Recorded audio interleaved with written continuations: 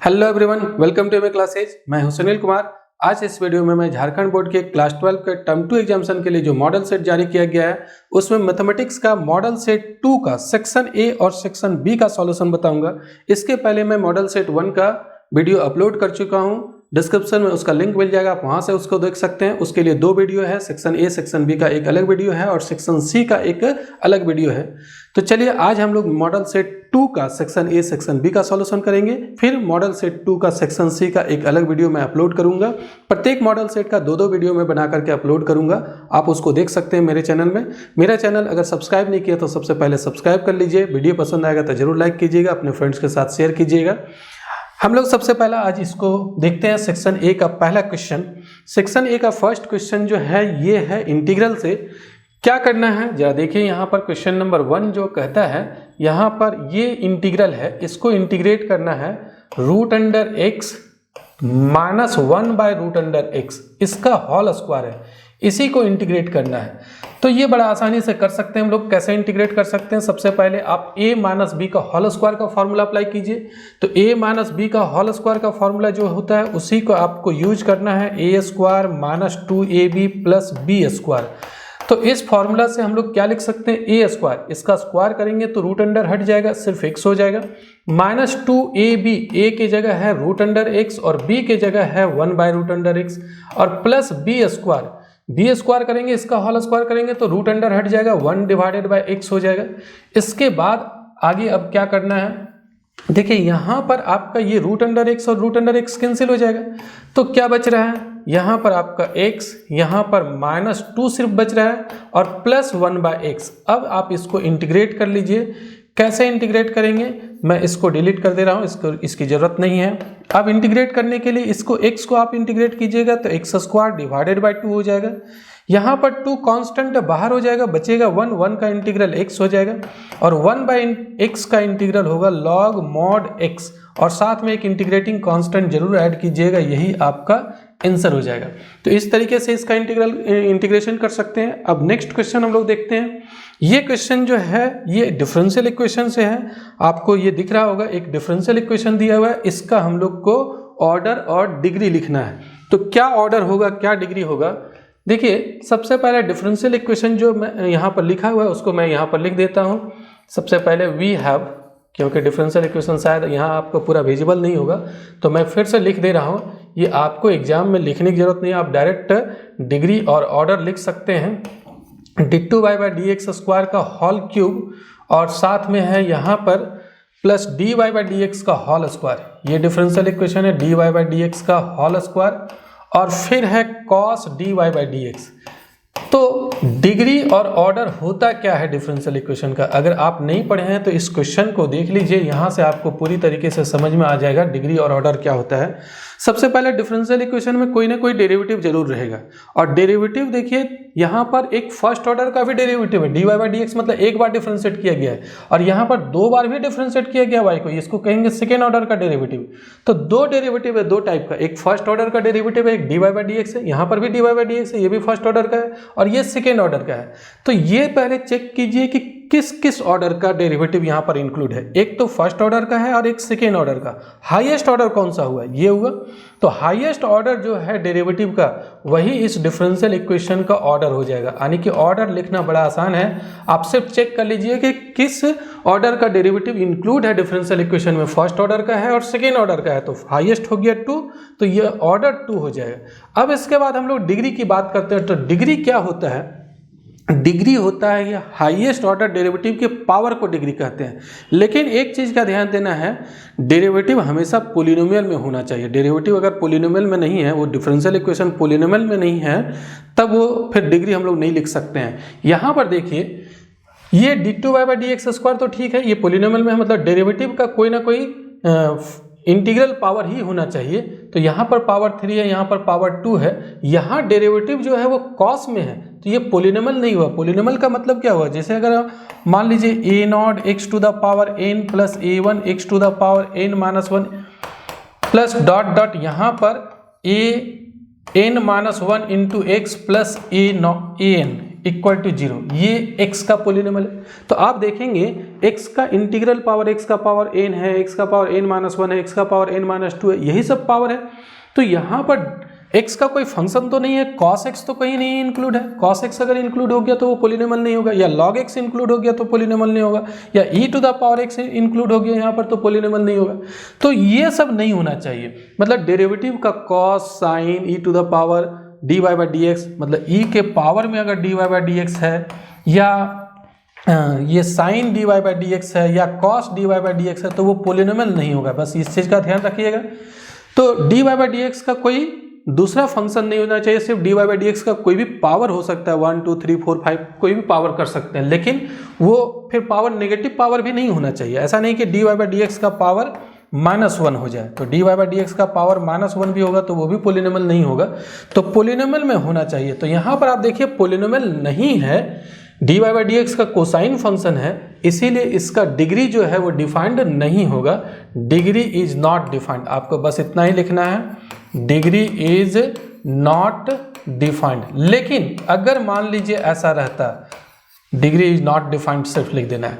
अगर ऐसा रहता है d2y divided by dx square का whole cube plus dy by dx का होल स्क्वायर, मान लीजिए यहाँ cos नहीं रहता, यहाँ पर dy बाई dx रहता, तब डिग्री डिफाइंड हो जाता है। ये पोलिनोमियल आ गया। dy बाई dx का पावर इंटीग्रल पावर ही है, आप देखेंगे तो पावर जो है वो नेचुरल नंबर में पॉजिटिव इंटीजर ही पावर है। अब यहाँ पर इसका डिग्री डिफाइंड हो जाता है। इसका डिग्री किसको कहते हैं? जो हाईएस्ट ऑर्डर डेरिवेटिव है उसके पावर को कहते हैं। हाईएस्ट ऑर्डर डेरिवेटिव ये है ना, इसके पावर को डिग्री कहते हैं, यानी कि डिग्री 3 हो जाता है। लेकिन जो कॉस लग गया है डेरिवेटिव के साथ, इसके कारण डिग्री डिफाइंड नहीं होगा। या साइन लग जाए, या ई का पावर में dy बाई dx हो जाए, या लॉग लग जाए, तो डिग्री डिफाइंड नहीं होगा। मतलब वो dy बाई dx या उस डेरिवेटिव के पोलिनोमियल में नहीं होगा, इसीलिए डिग्री डिफाइंड नहीं होगा। चलिए अब आगे बढ़ते हैं नेक्स्ट क्वेश्चन की तरफ। नेक्स्ट क्वेश्चन यहाँ पर ये है, ये एक वेक्टर का सवाल है कि find a unit vector in the direction of the vector this. एक वेक्टर दिया हुआ है, उसके डायरेक्शन में एक यूनिट वेक्टर निकालना है। तो सबसे पहले इस वेक्टर को हम लोग ए मान लेते हैं। ए इक्वल टू क्या है? ये वेक्टर है आई कैप, ये थोड़ा आप फिजिक्स में भी पढ़े होंगे, प्लस जे कैप माइनस के कैप है। तो इसका यूनिट वेक्टर को डिनोट करते हैं ऐसे, ये ए के डायरेक्शन में, इसी के डायरेक्शन में निकालना है। Find a unit vector in the direction of the vector this, इसी के डायरेक्शन में निकालना है।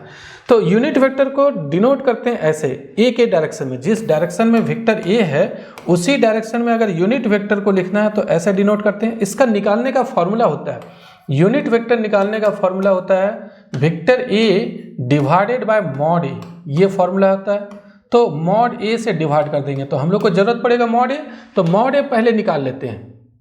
यहाँ पर हम लोग मॉड ए, वेक्टर ए का मॉडुलस का जरूरत है, निकाल लेते हैं। कैसे निकलता है? आई का जो कोएफिशिएंट है, आई का कोएफिशिएंट 1 है, उसका स्क्वायर कर देंगे। जे का कोएफिशिएंट 1 है, उसका स्क्वायर कर देंगे।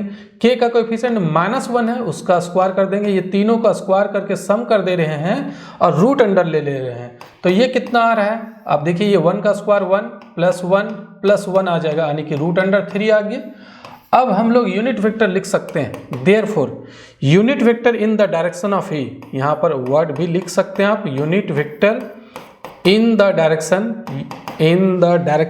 ए, या in the direction of vector, direction of, देखिए डायरेक्शन गलत हो गया, in the direction of vector A. Vector A के डायरेक्शन में लिखना है आपको। तो वेक्टर ए के डायरेक्शन में कैसे लिखेंगे जरा समझिए। वेक्टर ए के डायरेक्शन में लिखने के लिए सबसे पहले तो डिनोट ऐसे करते हैं, और इसका फॉर्मूला होता है mod A, vector A divided by mod A, vector A divided by mod A. Vector ए यहाँ पर है, तो वेक्टर ए है क्या? आई है प्लस जे माइनस के कैप, ये है वेक्टर ए, और डिवाइड करेंगे इसके मॉडुलस से। मॉडुलस कितना है? Root under 3। आप इसको ऐसा लिख सकते हैं, रूट अंडर 3 प्रत्येक में डिवाइड कर सकते हैं, 1 by root under 3 I cap plus 1 by root under 3 J cap, और यहाँ पर हो जाएगा -1 बाय रूट अंडर 3 के कैप, ऐसा लिख सकते हैं। तो यही हो गया unit vector in the direction of vector ए। अब आगे बढ़ते हैं, हम लोग नेक्स्ट क्वेश्चन देखते हैं। नेक्स्ट क्वेश्चन क्या है? नेक्स्ट क्वेश्चन है, यहाँ पर 2 वेक्टर दिया हुआ है, ये भी वेक्टर का क्वेश्चन है। कि find the value of lambda for which the vector A and B are perpendicular. दो वेक्टर दिया हुआ है, दोनों परपेंडिकुलर है, तो लिम्डा का क्या वैल्यू होगा। या समझिए ये क्वेश्चन नंबर 4 हम लोग कैसे बनाते हैं। सबसे पहले ए दिया हुआ है यहाँ एक वेक्टर, तो वो दोनों वेक्टर हम लोग लिख जाते हैं। कौन कौन सा वेक्टर दिया हुआ है, पहले तो ए दिया हुआ है, ए का वैल्यू क्या है 3i कैप प्लस जे कैप माइनस 2k कैप है, ये वेक्टर ए का वैल्यू हो गया। और वेक्टर बी का भी वैल्यू दिया हुआ है यहाँ पर, वेक्टर बी का वैल्यू है i cap plus lambda J cap और माइनस 3k कैप है। तो ये दो वेक्टर दिया हुआ है, अब दोनों कहता है परपेंडिकुलर है, तो यहाँ पर लिखेंगे कि since vector A is perpendicular to vector B, ये दोनों परपेंडिकुलर है, तो देयरफॉर जब दो वेक्टर परपेंडिकुलर होता है तो दोनों का डॉट प्रोडक्ट जीरो होता है। डॉट प्रोडक्ट जो होता है वो जीरो होता है अगर वेक्टर परपेंडिकुलर है, तो इम्प्लाइज डॉट प्रोडक्ट निकाल लीजिए। पहले वेक्टर ए लिख जाइए, वेक्टर ए है 3i कैप प्लस जे कैप माइनस 2k कैप, और डॉट बी निकालते हैं, बी क्या है i कैप है प्लस लेमडा जे कैप है माइनस 3k कैप है। अगर आप पढ़े भी नहीं हैं तो भी आपको समझ में आ जाएगा, क्योंकि ये कुछ विशेष नहीं है। मैं कोशिश कर रहा हूँ कि अगर आपका टॉपिक या चैप्टर कंप्लीट नहीं है, नहीं पढ़ा हुआ है, तो भी मैं इस तरीके से समझाने की कोशिश कर रहा हूँ ताकि आपको समझ में आ जाए। देखिए डॉट प्रोडक्ट निकालने का तरीका होता है, आई का जो कोएफिशिएंट यहाँ है और यहाँ जो है उसको मल्टीप्लाई कर देना है 3 × 1। यहाँ पर जे का जो कोएफिशिएंट है 1 है, यहाँ पर जे का कोएफिशिएंट और यहाँ जे का कोएफिशिएंट लेमडा है, ये दोनों को मल्टीप्लाई कर देना है। फिर यहाँ पर जो के का कोएफिशिएंट है, के का कोएफिशिएंट है -2 और यहाँ जो के का कोएफिशिएंट है -3, ये मल्टीप्लाई कर देना है और इसका सम कितने के बराबर है 0। डॉट प्रोडक्ट ऐसे ही निकलता है, आई जे के कोएफिशिएंट यहाँ पर और यहाँ पर दोनों का करस्पॉन्डिंग कोएफिशिएंट को मल्टीप्लाई करके ऐड कर देंगे तो यही हो जाता है दो वेक्टर का डॉट प्रोडक्ट। अब क्या करते हैं, यहां से हम लोग लेमडा का वैल्यू आसानी से निकाल सकते हैं। देखिए ये 3 हो गया प्लस लेमडा और ये हो जाएगा 3 × 2 = 6, माइनस माइनस तो प्लस हो जाएगा, इक्वल टू 0। तो लेमडा का वैल्यू कितना आएगा 3 + 6 9, 9 उधर ले जाते हैं तो ये -9 हो गया, तो ये लेमडा का वैल्यू निकल गया आसानी से। चलिए अब आगे बढ़ते हैं नेक्स्ट क्वेश्चन। नेक्स्ट क्वेश्चन यहाँ दिया हुआ है, if a line makes equal angles with the X Y Z axis find its direction cosine. अगर कोई लाइन एक्स वाई और जेड एक्सिस के साथ इक्वल एंगल बना रहा है तो उसका डायरेक्शन कोसाइन क्या होता है। सबसे पहले डायरेक्शन कोसाइन किसको कहते हैं थोड़ा सा समझ लीजिए, मैं बता देता हूँ। मान लीजिए ये एक्स एक्सिस है, ये वाई एक्सिस है, आप 3D थोड़ा बहुत पढ़े होंगे, 11th क्लास में भी पढ़ना था। तो ये जेड एक्सिस है, 3 एक्सिस है एक्स वाई और जेड। कोई भी लाइन ऐसा है, मान लीजिए ये कोई लाइन है और ये लाइन जो है वो एक्स एक्सिस के साथ अल्फा एंगल बनाया, वाई एक्सिस के साथ बीटा एंगल बनाया और जेड एक्सिस के साथ कितना एंगल बना रहा है गामा। ये जो लाइन है एक्स एक्सिस के साथ अल्फा, वाई एक्सिस के साथ बीटा और जेड एक्सिस के साथ गामा, तो cos alpha cos beta cos gamma को ही डायरेक्शन कोसाइन कहते हैं। ये तीनों को cos alpha cos beta cos gamma को डायरेक्शन कोसाइन, इसको डिनोट करते हैं एल से, एम से और एन से डिनोट करते हैं। यानी L equal to cos alpha, M equal to cos beta और N equal to cos gamma, L M N को ही हम लोग कहते हैं डायरेक्शन कोसाइन। तो कहता है क्वेश्चन कि अगर कोई लाइन इक्वल एंगल बनाता है तीनों एक्सिस के साथ, मतलब ये जो अल्फा बीटा गामा है वो तीनों इक्वल है, तो फाइंड इट्स डायरेक्शन कोसाइन। एक और रिजल्ट होता है डायरेक्शन कोसाइन में कि ये तीनों का स्क्वायर का सम 1 होता है, L square plus M square plus N square equal to 1 होता है। डायरेक्शन कोसाइन के स्क्वायर का सम 1 होता है, ये याद रखिएगा।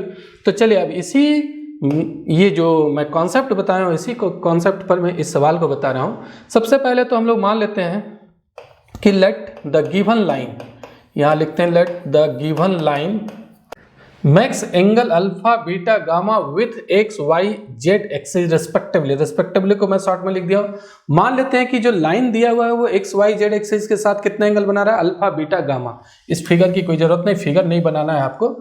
तो अब हम लोग क्या करते हैं, अकॉर्डिंग टू क्वेश्चन के अनुसार दिया हुआ है कि alpha equal to beta equal to gamma, ये लिखा हुआ है, तो आप कॉस लगा दीजिए, कॉस अल्फा प्रत्येक में कॉस लगा दीजिए, कॉस बीटा और कॉस गामा ये भी तीनों इक्वल हो जाएगा। जब अल्फा बीटा गामा तीनों एंगल इक्वल दिया हुआ है तो कोसाइन लगा देंगे तो वो भी इक्वल हो जाएगा। कॉस अल्फा को ही एल से डिनोट करते हैं, कॉस बीटा को एम से डिनोट करते हैं, यही डायरेक्शन कोसाइन कहलाता है और ये एन से डिनोट किए, इसको नंबर 1 कर देते हैं।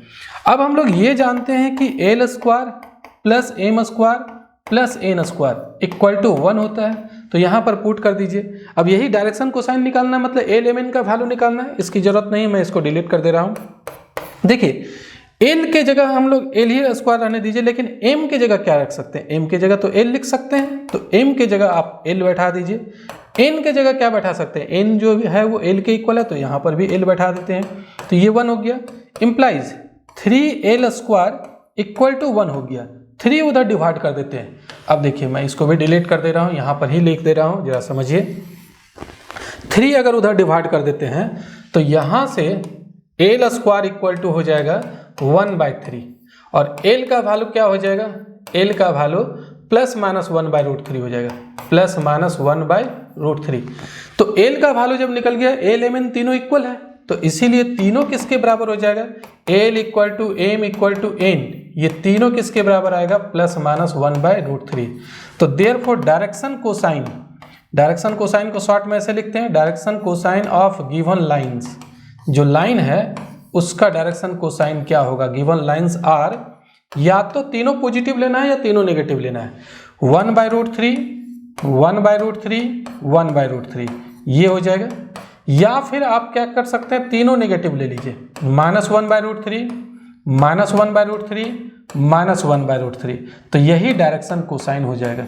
जो लाइन इक्वल एंगल बना रहा है एक्स वाई जेड एक्सिस के साथ है, उसका डायरेक्शन कोसाइन 1/√3, 1/√3, 1/√3 होगा, या फिर -1/√3, -1/√3, -1/√3 होगा। तो ये डायरेक्शन कोसाइन हो गया। अब आगे बढ़ते हैं, right down the direction cosine of X Y and Z axis. देखिए मैं अभी डायरेक्शन कोसाइन की चर्चा कर रहा था। अब यहाँ एक्स एक्सिस का अगर डायरेक्शन कोसाइन निकालना है, तो मैं अभी जब बता रहा था डायरेक्शन कोसाइन होता क्या है, अगर कोई लाइन है एक्स एक्सिस के साथ जितना एंगल बनाया, वाई एक्सिस के साथ जितना बनाया और जेड एक्सिस के साथ जितना बनाया, उसी में कोसाइन लगा देना है। ये लाइन है तो ये मान लीजिए यहाँ पर अल्फा एंगल बनाया, तो कॉस अल्फा एक डायरेक्शन कोसाइन होगा। लेकिन हम लोग को इस लाइन का नहीं निकालना है, किस लाइन का निकालना है, एक्स एक्सिस का निकालना है।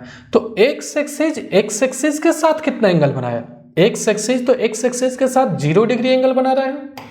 फिर एक्स एक्सिस वाई एक्सिस के साथ कितना बनाता है, ये तो 90 डिग्री बनाता है, 90 डिग्री बनाता है। और एक्स एक्सिस जेड एक्सिस के साथ कितना एंगल बनाता है, तो 90 डिग्री ये भी बना रहा है।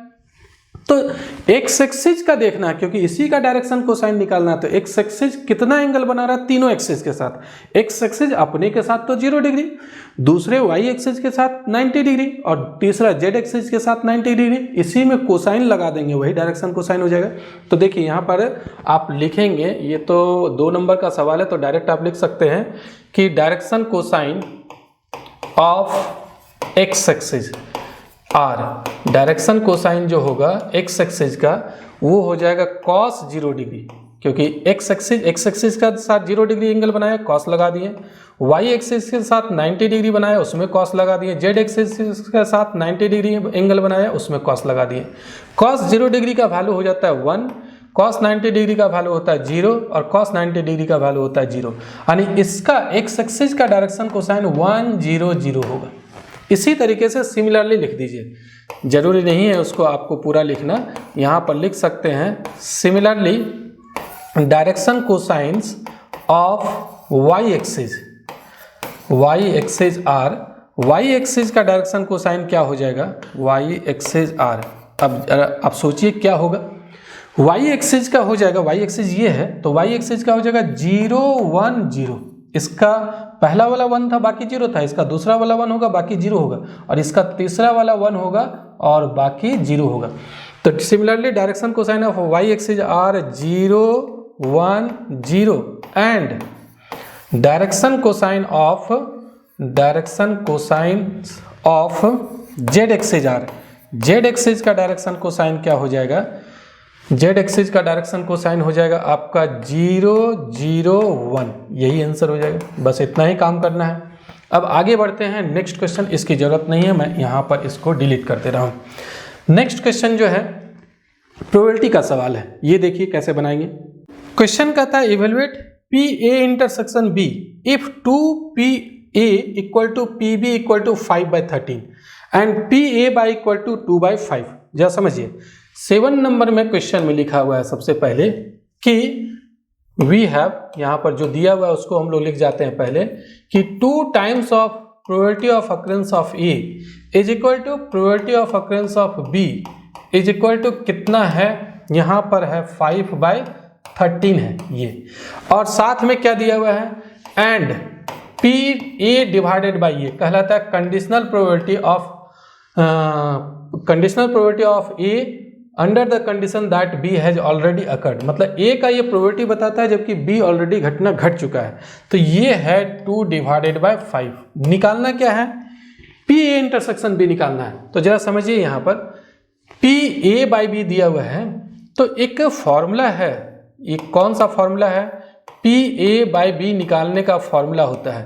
पी ए बाई बी निकालने का formula P A intersection B और डिवाइडेड बाय, मतलब ये दोनों का इंटरसेक्शन करेंगे और बी का जो डिवाइड में है उसी के प्रोबेबिलिटी से डिवाइड करेंगे। ये फॉर्मूला आप याद रखिएगा। एक्चुअली एक मल्टीप्लिकेशन थ्योरम होता है, P A intersection B equal to P A मतलब ए का प्रोबेबिलिटी और बी का कंडीशनल प्रोबेबिलिटी, मतलब B divided by B by A, ऐसा होता है। या इसी का एक और रिजल्ट होता है, मतलब अगर आप पी बी पहले लिख दीजिए और ए का कंडीशनल प्रोबेबिलिटी को बाद में, ये दोनों होता है। तो ये भी फॉर्मूला अप्लाई कर सकते हैं, या यहाँ से भी आप लिख सकते हैं, पी ए बाई बी का जो फॉर्मूला होता है यहाँ से भी लिख सकते हैं, यही एक ही बात है। पी ए बाई बी देखिए, ये पी ए इंटरसेक्शन बी हो गया ना, यहाँ पर ये पी ए इंटरसेक्शन बी का ये भी फॉर्मूला होता है, ये भी होता है, दोनों होता है। तो अगर मान लीजिए इसको निकालना है तो आप इसको डिवाइड कर दीजिए, पी ए बाई बी निकालना तो यही रिजल्ट में आ जाएगा।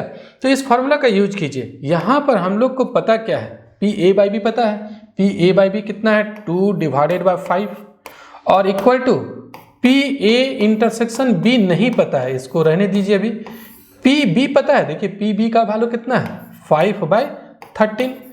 तो अब ये इधर मल्टीप्लाई कर देंगे तो यहाँ से पी ए इंटरसेक्शन बी निकल जाएगा, पी ए इंटरसेक्शन बी कितना हो जाएगा, ये इधर मल्टीप्लाई हो जाएगा 2/5 इंटू 5/13। इसकी जरूरत नहीं, इसको मैं हटा दे रहा हूँ। तो अब क्या हो जाएगा, 5 कैंसिल हो जाएगा, यहाँ 13 है, 5/13, तो 5 कैंसिल हो गया, 2/13, यही निकालना था, यही आंसर हो गया। अब इसकी जरूरत नहीं था, 2 टाइम्स ऑफ पी ए जो दिया हुआ है 5/13, उसकी कोई जरूरत नहीं है, सिर्फ ये निकालना। तो हम लोग पी बी का जरूरत पड़ा और पी ए बाई बी का जरूरत पड़ा। कभी कभी क्वेश्चन में एक्स्ट्रा भी चीज़ दिया हुआ रहता है जिसकी जरूरत नहीं है, वो भी दे दिया जाता है ताकि आप कन्फ्यूज हो। चलिए अब देखते हैं नेक्स्ट क्वेश्चन। ये सेक्शन ए का 7 क्वेश्चन था, ये प्रत्येक 2-2 नंबर का है और उसमें से ओनली 5 क्वेश्चन ही आपको बनाना रहता है। 7 पूछा गया है लेकिन बनाना होगा आपको ओनली 5। फिर उसी तरीके से सेक्शन बी में भी 7 क्वेश्चन पूछा जाएगा जिसमें से ओनली 5 बनाना होगा। जो आपको बढ़िया से पता होगा, जिसका आंसर ज़्यादा सही आप लिख पाएंगे उसी को बनाइएगा, बाकी 2 को छोड़िएगा। चलिए अब हम लोग क्वेश्चन नंबर 8 को देखते हैं। ये इंटीग्रल का सवाल है। ये इंटीग्रल जो दिया हुआ है, सबसे पहले क्या है, i इक्वल टू, ये हम लोग लिख जाते हैं, यहाँ है dx divided by cos x minus A, यहाँ पर cos x minus A into cos x minus B है। इसको कैसे बनाएंगे, थोड़ा ट्रिक वाला सवाल है, इसका ध्यान रखिएगा। इसको बनाने के लिए आप यहाँ पर डिवाइड कर दीजिए साइन बी माइनस ए से, साइन बी माइनस ए से आप डिवाइड कर दीजिए और साइन बी माइनस ए से मल्टीप्लाई भी कर दीजिए। एक्चुअली ये कांस्टेंट है, क्योंकि बी और ए तो कांस्टेंट है तो उसका साइन भी तो कांस्टेंट हो जाएगा, तो उससे मल्टीप्लाई भी किए और डिवाइड भी किए। डिवाइड जो किए वो बाहर कर दिए, क्योंकि कांस्टेंट है तो कांस्टेंट तो बाहर हो जाएगा ना। और यहाँ पर cos x minus A into cos x minus B, ये ज्यों का त्यों रहने दीजिए।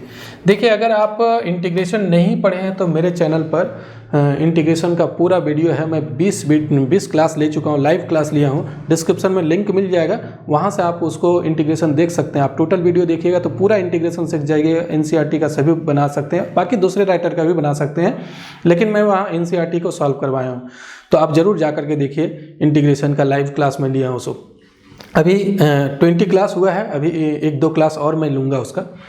तो सबसे पहला काम हम लोग क्या किए, इससे डिवाइड किए, इससे मल्टीप्लाई कर दिए। अब ये 1 divided by sine B minus A यहाँ पर रहने देते हैं और इसको क्या करते हैं, यहाँ पर हम लोग लिखते हैं साइन, जरा समझिएगा, एक्स माइनस ए माइनस एक्स माइनस बी, ऐसा लिख सकते हैं। जरा देखिए तो, जरा समझिए तो, ये x और x कैंसिल हो जाएगा, ये minus minus plus B minus A, B minus A ही आ जाएगा ना, x और x कैंसिल हो गया, b माइनस ए हो जाएगा। और यहाँ पर cos x minus A into cos x minus B, ये हो जाएगा, और dx ज्यों का त्यों। तो हम लोग इसको थोड़ा सा चेंज किए हैं, यहाँ पर x ऐड कर दिए, x सब्ट्रैक्ट कर दिए, b माइनस ए जो है वो रहने दिए। आप इसका कैलकुलेशन कीजिएगा तो b माइनस ए ही आएगा। अब हम लोग काम क्या करेंगे, यहाँ पर 1 divided by sine b minus A रहने दीजिए इसको, और यहाँ पर क्या करते हैं, साइन a माइनस बी का फॉर्मूला यूज करते हैं। ये पूरे को अपने मन में मानिए a, पूरे को b मानिए अपने मन में, तो साइन a माइनस बी का फॉर्मूला होता है साइन a, देखिए ध्यान दीजिएगा फॉर्मूला याद होना चाहिए, sine A into cos B minus cos A cos x minus A into sine B होता है, तो sine x minus B. Formula हम लोग लिख गए, कौन सा फॉर्मूला देख रहे हैं, sine A into cos B minus cos A into sine B, और ये ज्यों का त्यों रहने दीजिए, cos x minus A into cos x minus B, और यहाँ पर dx भी रख देते हैं। अब आगे बढ़ते हैं, देखिए इसको हम लोग क्या करेंगे जरा समझिएगा। ये तो हम लोग कुछ नहीं चेंज कर रहे हैं, यहाँ पर साइन b माइनस ए तो ज्यों का त्यों, यहाँ पर अब डिवाइड कीजिए, इससे इसमें डिवाइड कीजिए, इससे इसमें भी करेंगे, तो जरा देखिए डिवाइड करके क्या होगा, कॉस एक्स माइनस बी से cos x minus B cancel हो जाएगा, sine x minus A divided by cos x minus A, ये क्या हो जाएगा, टेन एक्स माइनस ए हो जाएगा। जब डिवाइड कर देंगे हम लोग दोनों में, तो पहला फर्स्ट में जब डिवाइड करेंगे तो ये और ये कैंसिल हो जाएगा ना, तो sine x minus A divided by cos x minus A, tan x minus A, यहाँ पर भी डिवाइड कीजिए, ये डिवाइड करेंगे तो cos x minus A cancel हो जाएगा, sine x minus B divided by cos x minus B, ये दोनों जब डिवाइड करेंगे तो ये हो जाएगा टेन एक्स माइनस बी। अब तो हम लोग 10 का इंटीग्रेशन का फॉर्मूला तो जानते हैं ना, अब 10 का इंटीग्रेशन का फॉर्मूला लिख जाएंगे। क्या होता है 10 का इंटीग्रेशन का फॉर्मूला, देखिए 1 divided by sine b minus A है, यहाँ पर साइन b माइनस ए, और 10 का इंटीग्रल का दो फार्मूला है, एक फार्मूला ये भी होता है 10 का minus log mod of cos x minus A, minus हो जाता है यहाँ पर, 10 का इंटीग्रल होता है 10x का माइनस लॉग कॉस एक्स होता है, तो यहाँ पर 10x माइनस ए इसलिए minus log cos mod x minus A, और यहाँ पर भी 10 का इंटीग्रल माइनस होगा और खुद माइनस है तो ये प्लस हो जाएगा, इंटीग्रल कर रहे हैं तो इंटीग्रेशन का साइन हट जाएगा, 10 का हो जाएगा माइनस, तो माइनस माइनस प्लस हो गया, log mod of cos x minus B.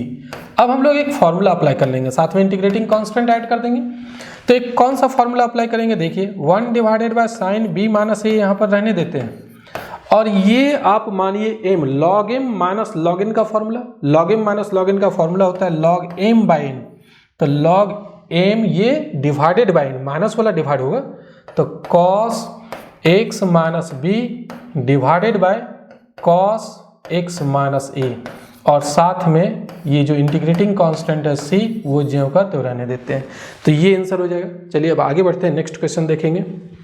देखिए नेक्स्ट क्वेश्चन जो है ये क्वेश्चन नंबर 9 है, ये इसको इंटीग्रेट करना है, आपको क्वेश्चन दिख रहा होगा तो मैं थोड़ा सा इसको बड़ा कर दे रहा हूँ। अब जरा समझिए कैसे हम लोग इसको इंटीग्रेट करेंगे। क्वेश्चन नंबर 9, सबसे पहले तो इस इंटीग्रल को i सपोज कर लेते हैं, i इक्वल टू क्या है integral, e to the power x है into X minus 3 divided by यहाँ पर है आपका x माइनस 1 का होल क्यूब। इसको कैसे इंटीग्रेट करते हैं क्वेश्चन में लिख दिया हूँ, इसकी जरूरत नहीं, मैं इसको हटा दिया। अब इसको इंटीग्रेट करने का तरीका क्या होगा, यहाँ पर भी एक फॉर्मूला यूज होगा, e to the power x तो रहने दीजिए, यहाँ x माइनस 3 को लिखते हैं ऐसे, x माइनस 1 और माइनस 2 लिखते हैं, x माइनस 1 और माइनस 2, माइनस 3 हो जाएगा, और डिवाइडेड बाय x माइनस 1 का होल क्यूब, ये ज्यों का त्यों रहने दीजिए। अब क्या करते हैं हम लोग, दोनों में डिवाइड कर देते हैं, ये e to the power x बाहर रहने दीजिए, और ये यहाँ भी डिवाइड कीजिए, यहाँ भी डिवाइड कीजिए, तो यहाँ डिवाइड करेंगे तो देखिए x minus 1 divided by x minus 1 का होल क्यूब, x माइनस 1 का होल क्यूब हो गया, और यहाँ डिवाइड करेंगे तो 2 डिवाइडेड बाय x माइनस 1 का होल क्यूब आ रहा है। अब ये कैसे इंटीग्रेट करेंगे, एक फॉर्मूला में आएगा, कौन सा फॉर्मूला मैं बताऊंगा अभी, e to the power x रहने दीजिए, ये आप यहाँ पर डिवाइड करेंगे तो 1 डिवाइडेड बाय x माइनस 1 का होल स्क्वायर हो जाएगा। कैसे, एक पावर कट जाएगा, x माइनस 1 का पावर 1 है, यहाँ पर पावर 3 है, और यहाँ इसको हम लोग ऐसा लिखते हैं प्लस, उसके बाद लिखते हैं minus 2 divided by x minus 1 का होल क्यूब, ऐसा कर दिए हम लोग। ये जो -2 था वो प्लस इंटू -2 कर दिए। अब ऐसा करेंगे, इसको हम लोग f ऑफ x मानेंगे, इसी का डेरिवेटिव ये होगा। कैसे होगा जरा ध्यान से समझिएगा। यहाँ पर ये कैसे होगा, यहाँ पर हम लोग क्या करते हैं, इसको यहीं छोड़ देते हैं। मान लेते हैं let f of x equal to, f of x किसको मान रहे हैं, 1 डिवाइडेड बाय x माइनस 1 का होल स्क्वायर को। आप इसको ऊपर ले जा सकते हैं, x माइनस 1 का पावर -2 लिख सकते हैं, ये ऊपर जाएगा। तो अब इसको डिफ्रेंशिएट कीजिए, f डैश x कैसे डिफ्रेंशिएट करेंगे, पावर मल्टीप्लाई होगा, इसके पावर में 1 सब्ट्रैक्ट हो जाएगा। और अगर x का कोई कोएफिशिएंट रहता है तो उससे भी मल्टीप्लाई करते हैं, 1 है तो 1 से मल्टीप्लाई करने की जरूरत नहीं है। अब यहाँ पर आप इसको लिख सकते हैं -2 ऊपर में, और ये नीचे ले आइए तो x माइनस 1 का पावर 3 हो जाएगा। तो देखिए यही f डैश x आ गया, ये जो है वो किसके बराबर, यही चिन्ह है, इसको हम लोग क्या लिख सकते हैं, f डैश x। तो अब ये नंबर 1 कर देते हैं, फर्स्ट से लिखिए। तो 1 इम्प्लाइज i इक्वल टू क्या हो जाएगा, i इक्वल टू हो जाएगा integral e to the power x, और इसको हम लोग सपोज किए f ऑफ x। देख रहे हैं ये जो है वो f ऑफ x है, और ये क्या है, ये है आपका f डैश x।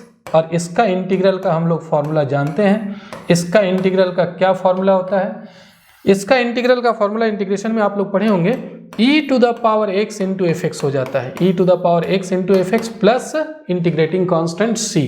अब यहाँ पर जो f ऑफ x हम लोग सपोज किए हैं वो पुट कर देते हैं। f ऑफ x किसको सपोज किए हैं, 1 डिवाइडेड बाय x माइनस 1 का होल स्क्वायर और प्लस c। तो आप इसको थोड़ा अरेंज कर लीजिए, e to the power x divided by x minus 1 का होल स्क्वायर और प्लस c, यही इसका आंसर हो जाएगा। चलिए आगे बढ़ते हैं नेक्स्ट क्वेश्चन। नेक्स्ट क्वेश्चन जो है वो डेफिनेट इंटीग्रल का है। देखिए क्या है क्वेश्चन, जरा समझिए। यहाँ पर मैं क्वेश्चन नंबर 10 बता रहा हूँ। सबसे पहले इस इंटीग्रल को i मान लेते हैं। i है क्या, ये 0 to 1 है, x है, e to the power x square है, इसको इंटीग्रेट करना है। ये सब्स्टिट्यूशन मेथड से होगा। आप क्या कीजिए, इसको थोड़ा सा हम लोग फिर से लिख जाते हैं, 0 to 1 e to the power x square को पहले लिख जाते हैं और बाद में लिखते हैं x into D x. x को बाद में लिख दिए फिर dx लिखें। यहाँ x स्क्वायर को सब्स्टिट्यूट कीजिए, यहाँ पर पुट करते हैं x स्क्वायर को आप z मान लीजिए, t मान लीजिए, कुछ भी मान लीजिए। तो देयरफॉर डिफरेंशिएट करेंगे with respect to respective variable. तो x स्क्वायर का आएगा आपका 2x और dx से मल्टीप्लाई हो जाएगा। t को t के रिस्पेक्ट में डिफरेंशिएट करेंगे 1 आएगा और dt से मल्टीप्लाई हो जाएगा। 2 उधर ले जाइए तो इम्प्लाइज x dx का वैल्यू आ रहा है यहाँ से 1/2 dt। अब यहाँ पर पुट कर देंगे। अच्छा एक काम और करना पड़ेगा, लिमिट भी चेंज करना पड़ेगा क्योंकि डेफिनेट इंटीग्रल में है। तो यहाँ लिखेंगे when x equal to 0, lower limit 0 है तो उस समय t का वैल्यू क्या होगा, t का वैल्यू भी 0 आएगा। देखिए x की जगह 0 पुट करेंगे तो t का भी वैल्यू 0 आएगा। और जिस समय x का वैल्यू 1 है, अपर लिमिट 1 है, आप देख रहे हैं, तो अपर लिमिट 1 पुट करेंगे तो t का वैल्यू क्या हो जाएगा, t का वैल्यू हो जाएगा 1। मैं यहाँ पर लिख जा रहा हूँ, देखिए देयरफॉर i जो इंटीग्रल है वो अब किसके इक्वल आएगा, 0 से 1 जो लिमिट था वो 0 से 1 ही रह गया। लिमिट जब हम लोग सब्स्टिट्यूट किए हैं तो लिमिट चेंज नहीं हुआ, लिमिट भी वही रह गया है। और e to the power x square को हम लोग t पुट कर रहे हैं तो यहाँ पर e to the power t हो गया। और x dx का वैल्यू क्या है, x dx का वैल्यू हाफ dt है तो 1/2 इंटू dt, ये हम लोग यहाँ पर पुट कर दिए। कांस्टेंट बाहर कीजिए, यहाँ से बचेगा आपका e to the power t, इसको इंटीग्रेट करना है 0 से 1 तक। अब तो आसानी से हो जाएगा। इसका इंटीग्रल क्या होगा, 1/2 e to the power t का e to the power t और 0 से 1। ये अपर लिमिट बैठा देंगे तो अपर लिमिट बैठाएंगे तो e का पावर 1 माइनस e का पावर 0 पुट करेंगे, लोअर लिमिट भी पुट करके सब्ट्रैक्ट करेंगे। तो अब e का पावर 1 मतलब e हो गया और e टू द पावर 0 का मतलब 1 हो गया, यही इसका आंसर हो जाएगा। तो बड़ा आसान है, कुछ विशेष नहीं है। चलिए आगे बढ़ते हैं, लेकिन आगे बढ़ने के पहले अभी तक अगर वीडियो जरूर लाइक नहीं किए हैं तो ज़रूर लाइक कर दीजिए और कमेंट करके ज़रूर बताइए कि कैसा लग रहा है ये वीडियो, आपको पसंद आ रहा है या नहीं। अपने फ्रेंड्स के साथ ज़रूर शेयर कीजिएगा। चलिए अब क्वेश्चन नंबर 11, ये क्वेश्चन क्या है, यहाँ पर ये क्वेश्चन देने का मकसद क्या है, यहाँ पर ये बुक में आपको मिलेगा नहीं, लेकिन अभी चल रहा है आपका 2022, इसीलिए यहाँ पर sin x का पावर कर दिया गया है 2022 कर दिया गया। आप कुछ भी पावर कर दीजिए, कोई फर्क नहीं पड़ता है, सभी जगह सेम पावर रखिए, कोई भी पावर हो सकता है सवाल में। और इस इंटीग्रल को हम लोग डेफिनेट इंटीग्रल के प्रॉपर्टीज से बनाएंगे। ये डेफिनेट इंटीग्रल के प्रॉपर्टीज से बनेगा। मैं अभी लाइव सेशन लिया हूँ पिछले क्लास में, कल ही लिया हूँ, उसमें भी मैं ये इस टाइप के क्वेश्चन को बताया हूँ। तो अगर आप नहीं देखें तो ज़रूर देखिए। ये क्वेश्चन है, इसको इंटीग्रेट करना है। तो यहाँ पर हम लोग एक प्रॉपर्टीज यूज करेंगे। कौन सा प्रॉपर्टीज यूज करेंगे ज़रा समझिएगा। ये इसको नंबर 1 कर देते हैं, यही इंटीग्रल का वैल्यू निकालना है। तो देयरफॉर आई इक्वल टू हम लोग क्या प्रॉपर्टीज यूज करते हैं, एक प्रॉपर्टीज होता है 0 से a तक अगर किसी फंक्शन को इंटीग्रेट करना है तो हम लोग क्या कर सकते हैं, 0 से a तक करेंगे, लेकिन फंक्शन में x को हटा करके a माइनस एक्स लिख सकते हैं, a माइनस एक्स। यहाँ अपर लिमिट माइनस एक्स कर सकते हैं। ये 0 से π/2 है। तो जो फंक्शन है उसमें हम लोग क्या करेंगे, यहाँ पर साइन x को हटा करके क्या कर देंगे, π/2 माइनस एक्स कर देंगे। और ये पूरे का पावर क्या है, 2022 है। नीचे भी वही काम करेंगे, नीचे भी यहाँ पर करेंगे, साइन x के जगह लिख जाएंगे π/2 minus x, sine π/2 minus x, और इसका पावर है 2022 प्लस यहाँ पर भी वही काम करेंगे, कॉस x के जगह π/2 माइनस एक्स और इसका पावर 2022 dx। ये हो गया। अब देखिए that is i equal to क्या हो जाएगा, i इक्वल टू हो जाएगा 0 से π/2 और साइन 90 माइनस थीटा का फॉर्मूला होता है कॉस थीटा। तो यहाँ हो जाएगा आपका कॉस x और इसका पावर 2022 लिखिए और डिवाइडेड बाय, यहाँ पर भी वही है, साइन 90 माइनस थीटा को कॉस थीटा लिख सकते हैं, कॉस x हो जाएगा और इसका पावर क्या हो गया 2022। फिर यहाँ पर cos 90 minus theta equal to sine theta, sine x हो जाएगा और इसका पावर 2022। अब इसी को क्या करेंगे, ये नंबर 2 कर देते हैं, दोनों को ऐड कर देंगे, 1 और 2 दोनों को ऐड करेंगे। तो जरा देखिए क्या होगा 1 और 2 को ऐड करने पर, मैं बता रहा हूँ यहाँ पर आगे, जस्ट 1 मिनट। हाँ, यहाँ लिखेंगे 1 + 2 इम्प्लाइज, इधर आपका i था उधर भी i था तो 2i हो जाएगा और ये दोनों इंटीग्रल को एक साथ लिख जाएंगे। देखिए फर्स्ट में क्या था जरा समझिए, यहाँ पर इधर i था यहाँ पर भी i था, i + i कर दिए 2i और इस इंटीग्रल और इस इंटीग्रल को ऐड करना है तो दोनों को एक साथ कर देते हैं हम लोग। जरा समझिए कैसे करते हैं, ध्यान दीजिएगा। फर्स्ट इंटीग्रल में क्या है, फर्स्ट इंटीग्रल में है 0 से π/2, यहाँ पर है साइन x का पावर 2022 और नीचे था साइन x का पावर 2022 प्लस कॉस का भी पावर था 2022 और यहाँ पर dx और 2 को ऐड करना है, मतलब ये वाला इंटीग्रल को ऐड करना है। तो 0 से π/2 है। देखिए यहाँ पर है cos x का पावर 2022 और नीचे जरा ध्यान दीजिएगा क्या करते हैं हम लोग, थोड़ा सा चेंज कर देते हैं, ये साइन को पहले लिख जाते हैं, cos को बाद में लिख जाते हैं। तो साइन x का पावर 2022 प्लस cos x का पावर 2022 और dx ज्यों का त्यों। अब क्या करते हैं जरा ध्यान दीजिएगा, just 1 minute.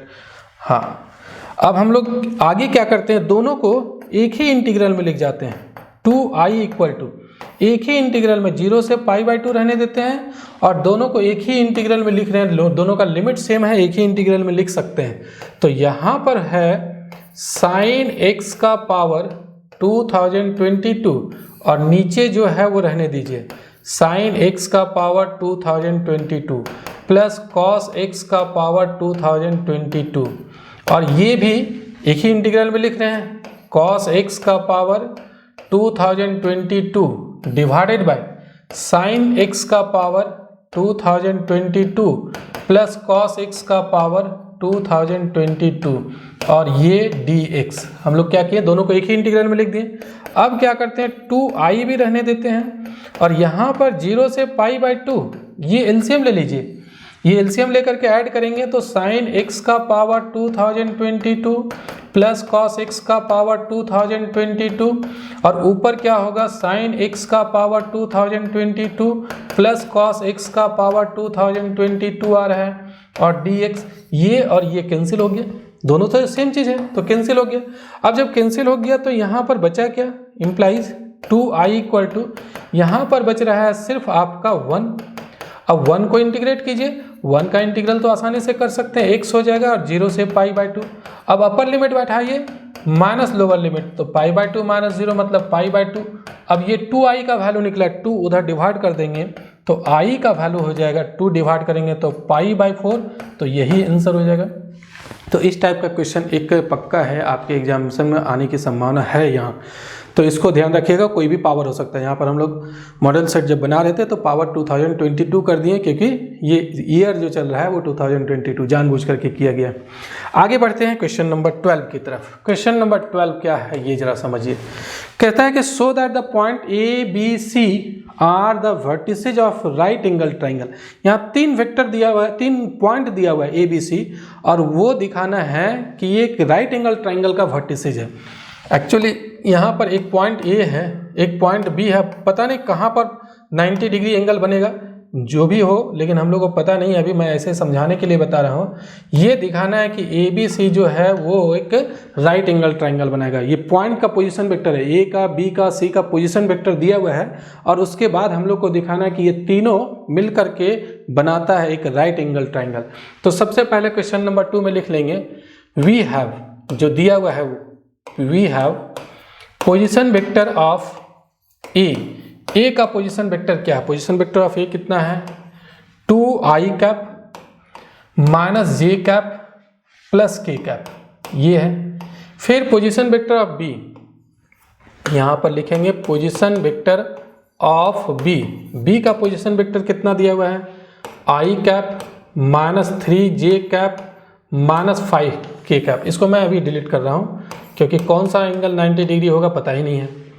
And position vector of C, position vector of C equal to, C का पोजीशन वेक्टर कितना है? 3i cap minus 4j cap minus 4k cap. अब हम लोग क्या करेंगे? वेक्टर ए बी निकाल लेंगे। तो वेक्टर ए बी निकालने का फॉर्मूला होता है पोजीशन वेक्टर ऑफ बी, यहाँ पर position vector of B minus position vector of A. अब क्या करेंगे? पहले बी का पोजीशन वेक्टर लिखेंगे, फिर ए का पोजीशन वेक्टर लिखेंगे। तो बी का पोजीशन वेक्टर लिख जाइए। बी का पोजीशन वेक्टर यहाँ पर है i cap minus 3j cap minus 5k cap. फिर ए का पोजीशन वेक्टर लिखेंगे। ए का पोजीशन वेक्टर क्या है? 2i cap minus j cap plus k cap. ये दोनों का पोजीशन वेक्टर लिख लिया। अब सब्ट्रैक्ट कर जाइए।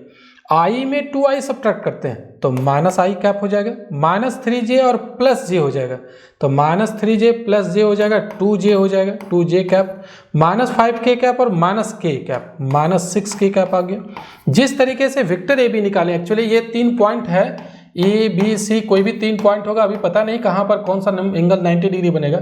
हम लोग वेक्टर ए बी निकाल लिए, फिर वेक्टर बी सी निकाल लेंगे, फिर वेक्टर ए सी निकाल लेंगे। तो ये तीनों हम लोग निकाल लेते हैं। वेक्टर ए बी निकाल रहे हैं, वेक्टर बी सी निकाल रहे हैं, वेक्टर सी ए निकालेंगे। अभी मैं राइट एंगल नहीं बनाया हूँ यहाँ पर, लेकिन ये राइट एंगल ट्राइंगल दिखाना है कि ये तीनों पॉइंट मिलकर के एक राइट एंगल ट्राइंगल बनाता है। तो मैं क्वेश्चन को हटा दे रहा हूँ यहाँ पर। अब जरा समझिए, वेक्टर बी सी इसी तरीके से आप निकाल लीजिएगा। मैं डायरेक्ट लिख देता हूँ, लिखिएगा position vector of C minus position vector of B. तो मैं डायरेक्ट लिखता हूँ, सी में बी का पोजीशन वेक्टर को सब्ट्रैक्ट करना है तो यहाँ आ जाएगा 2i। मैं डायरेक्ट लिख रहा हूँ, आपको पूरा लिखना है। माइनस 4j माइनस, यानी कि ये माइनस j हो जाएगा, वो प्लस हो जाएगा, और माइनस 4k में ये सब्ट्रैक्ट करेंगे तो यहाँ पर प्लस k आ जाएगा। और वेक्टर सी ए निकालिएगा, तो सी ए भी आप डायरेक्ट मत लिखिएगा, मैं यहाँ पर डायरेक्ट लिख रहा हूँ। लिखिएगा position vector of A minus position vector of C, फिर ए का पोजीशन वेक्टर सी का पोजीशन वेक्टर को सब्ट्रैक्ट कीजिएगा। तो ए में सी को सब्ट्रैक्ट करना है तो यहाँ हो जाएगा माइनस i कैप और माइनस j और प्लस, मतलब प्लस 3j आएगा, और फिर ये आएगा प्लस k में ये ऐड करेंगे तो ये 5k हो जाएगा, यहाँ पर ये आ जाएगा। अब सबसे पहला ये देखना है कि ये तीनों पॉइंट जो है वो एक ट्राइंगल बनाता है या नहीं। ट्राइंगल अगर बनाएगा तो ट्राइंगल लॉ कहता है कि vector A B plus vector B C plus vector C A जो होता है वो सम 0 आना चाहिए। अगर ये सम 0 आएगा तभी ट्राइंगल बनाएगा। हो सकता है ट्राइंगल बनाए ही नहीं, यहाँ पर ए हो, यहाँ पर बी हो, यहाँ पर सी हो, ऐसा एक ही लाइन पर हो तो ट्राइंगल बनेगा ही नहीं। तो इसीलिए A B plus B C plus C A equal to 0 होना चाहिए। अगर ये तीनों का सम 0 हो गया मतलब वो ट्राइंगल लॉ बनाएगा। A B plus B C plus C A equal to 0 आना चाहिए। तो हम लोग पहले यही देखते हैं कि चेक करते हैं कि ट्राइंगल बनाता है या नहीं। ट्रायंगल लॉ सेटिस्फाई हो जाए तो ट्रायंगल बनाएगा। तो हम लोग ये तीनों का पहले सम करते हैं। देखिए अब तीनों का सम कैसे करेंगे जरा समझिए। नाउ यहाँ पर A B vector plus vector B C plus vector C A, एक ही ऑर्डर में लेना है, ए बी बी सी सी ए। पहले ए बी का वैल्यू लिख जाइए। ए बी का वैल्यू है minus i cap plus 2j cap minus 6k cap. फिर वेक्टर बी सी का वैल्यू लिख जाइए। वेक्टर बी सी का भी वैल्यू है 2i cap minus j cap plus k cap. और फिर वेक्टर सी ए का वैल्यू लिख जाते हैं। वेक्टर सी ए का वैल्यू है minus i cap plus 3j cap और प्लस 5k कैप। यहाँ पर मैं लिख जा रहा हूँ।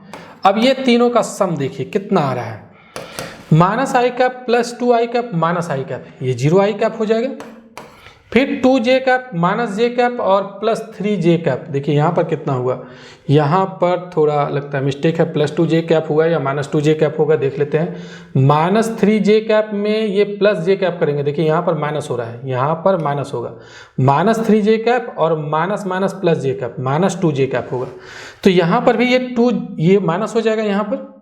तो minus 2j cap minus j cap minus 3j cap plus 3j cap, ये 0j कैप हो जाएगा। फिर यहाँ पर देखिए minus 6k cap plus k cap plus 5k cap, ये भी आपका आ रहा है 0 कैप। तो ये क्या आ गया, वेक्टर 0 आ गया। अगर A B plus B C plus C A जो है वो 0 वेक्टर के इक्वल आ गया, तो देयरफॉर हम लोग कह सकते हैं कि A B C makes a triangle, ये जो है मैक्स ए ट्राइंगल एक ट्राइंगल बनाएगा। अब जब ट्राइंगल बनाएगा तो अब हम लोग को देखना है कि ये राइट एंगल ट्राइंगल बनता है या नहीं। तो दो तरीका होता है, एक क्रॉस प्रोडक्ट से भी बना सकते हैं यहाँ पर, और एक आप बना सकते हैं फर्स्ट एक्सरसाइज से ही सिर्फ मैग्नीट्यूड निकाल करके। तो देखिए मैग्नीट्यूड निकाल लेते हैं प्रत्येक वेक्टर का, ए बी निकाल लेते हैं। ए बी मतलब वेक्टर ए बी का मैग्नीट्यूड। तो वेक्टर ए बी का मैग्नीट्यूड कैसे निकलेगा, वेक्टर ए बी तो हम लोग को पता है ना। देखिए वेक्टर ए बी है क्या, वेक्टर ए बी यही है, ये वाला जो है वो वेक्टर ए बी है। तो इसका मैग्नीट्यूड कैसे निकालेंगे, रूट अंडर, जस्ट 1 मिनट, हाँ इसका रूट अंडर करेंगे। ए बी वेक्टर यही वाला था, यही वेक्टर ए बी था। तो -1 का होल स्क्वायर 1 हो जाएगा, -2 का होल स्क्वायर 4 हो जाएगा और 6 का होल स्क्वायर 36 आ जाएगा। तो 36 प्लस 4 41 आ जाएगा, रूट अंडर 41 आ गया। फिर हम लोग वेक्टर बी सी का भी मैग्नीट्यूड निकाल लेंगे। वेक्टर बी सी का मैग्नीट्यूड को सिंपली बी सी लिखेंगे, ये वेक्टर बी सी का मैग्नीट्यूड हो जाएगा। तो मैग्नीट्यूड निकालने के लिए क्या काम करेंगे, यहाँ पर रूट अंडर, देखिए बी सी यही वेक्टर है, इसका यहाँ पर 2 का होल स्क्वायर 4 -1 का होल स्क्वायर 1 और 1 का होल स्क्वायर 1, यानी कि ये आ जाएगा रूट अंडर 6। फिर वेक्टर सी ए का मैग्नीट्यूड निकालते हैं, जिसको सिंपली सी ए लिख सकते हैं, मैग्नीट्यूड ऑफ सी ए। और सी ए का मैग्नीट्यूड कितना निकलेगा, यहाँ पर सी ए दिया हुआ है। तो -1 का होल स्क्वायर प्लस 1 आएगा, 3 का होल स्क्वायर 9 आएगा और 5 का होल स्क्वायर 25 आएगा। तो ये हो जाएगा रूट अंडर 35। अगर ये राइट एंगल ट्राइंगल बनाएगा तो पाइथागोरस थ्योरम को सेटिस्फाई करेगा। देखिए यहाँ पर अब क्या हो रहा है, इस तरीके का ट्राइंगल बनेगा आपका। यहाँ से अब हम लोग को कुछ पता चल रहा है, ए बी और सी। याद कीजिए अगर ये राइट एंगल ट्राइंगल बनेगा तो A B square equal to A C square plus B C square होगा। तो चेक करते हैं, देखिए ये दोनों का स्क्वायर का सम करेंगे तो इस स्क्वायर के बराबर आ जाएगा। देखिए यहाँ पर हम लोग क्या करते हैं, B C square plus C square निकालते हैं।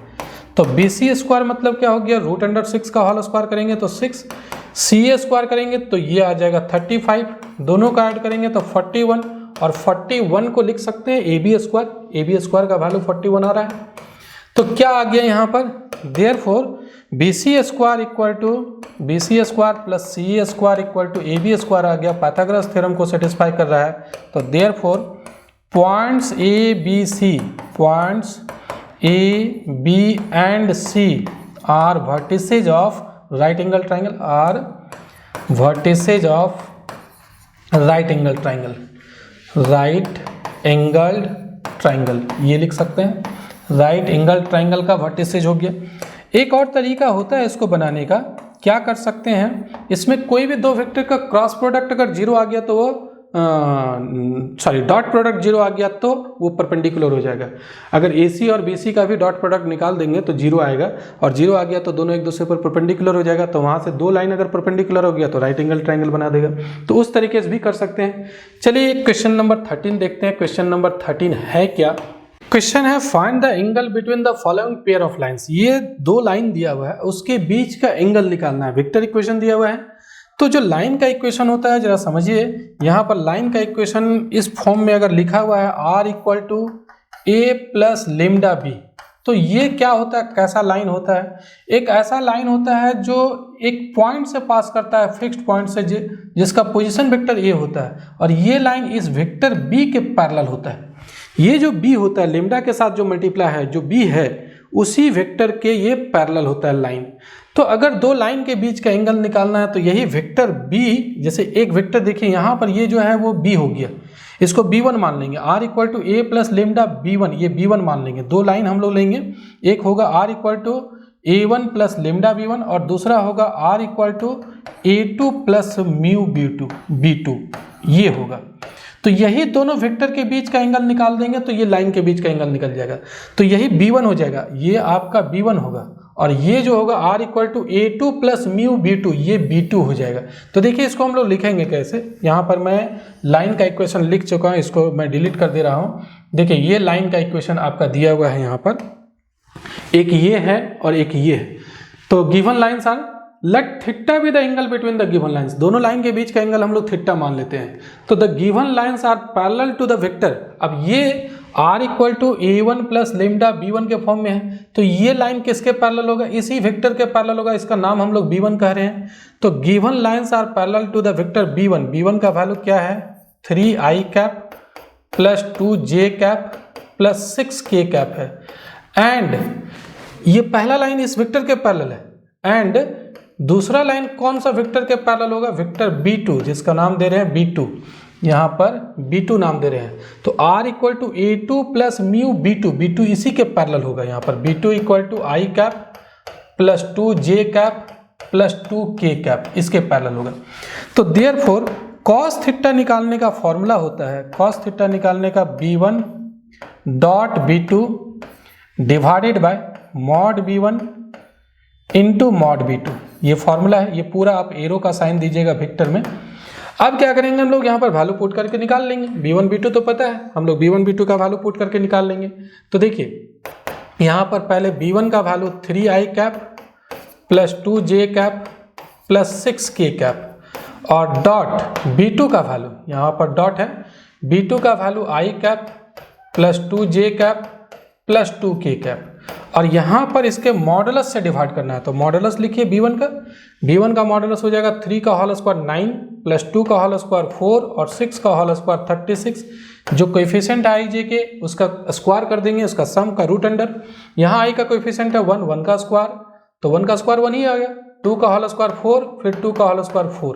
और डॉट प्रोडक्ट कैसे निकलता है, दो वेक्टर का डॉट प्रोडक्ट निकालने के लिए i का कोएफिशिएंट यहाँ, i का कोएफिशिएंट यहाँ, दोनों मल्टीप्लाई कर देंगे 3 इंटू 1। यहाँ पर 2 है, वहाँ पर भी 2 है। k का कोएफिशिएंट को भी मल्टीप्लाई करके ऐड करेंगे 6 इंटू 2, और डिवाइडेड बाय ये हो जाएगा 49 का रूट अंडर 7 आ जाएगा, ये आएगा 9 का रूट अंडर 3 आ जाएगा। अब देख लीजिए ये कितना हो गया, 4 प्लस 3 7 हो गया, और 6 2 जा 12, तो ये आ रहा है 19 डिवाइडेड बाय 21। यहाँ पर 4 और 6 2 जा 12 16 3 19 आ रहा है, 19 डिवाइडेड बाय 21, ये कॉस थीटा निकला।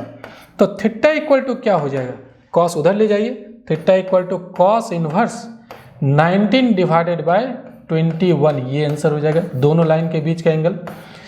फर्स्ट मॉडल सेट में भी मैं बताया हूँ इसका, और 3D का पूरा एक प्लेलिस्ट है मेरा, जो आपको स्ट्रेट लाइन पढ़ना है तो वो भी आपको डिस्क्रिप्शन में मिल जाएगा। आप वहाँ से 3D पूरा चैप्टर देख सकते हैं, ताकि आपको समझ में आ जाएगा पूरी कहानी। देखिए क्वेश्चन नंबर